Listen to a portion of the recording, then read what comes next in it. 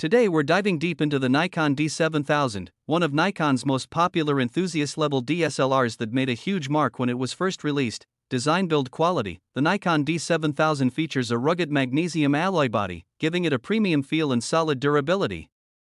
It's weather-sealed, making it resistant to dust and light rain, perfect for outdoor shooters. Sensor image quality. The D7000 packs a 16.2-megapixel APS-C CMOS sensor paired with Nikon's XP2 image processor.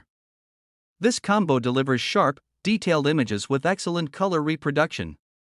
ISO performance is strong, ranging from 100 to 6400, expandable up to 25600. Video capabilities. The Nikon D7000 was also a game-changer for video at the time. It records full HD 1080p video at 24 frames per second and 720p at up to 30 frames per second.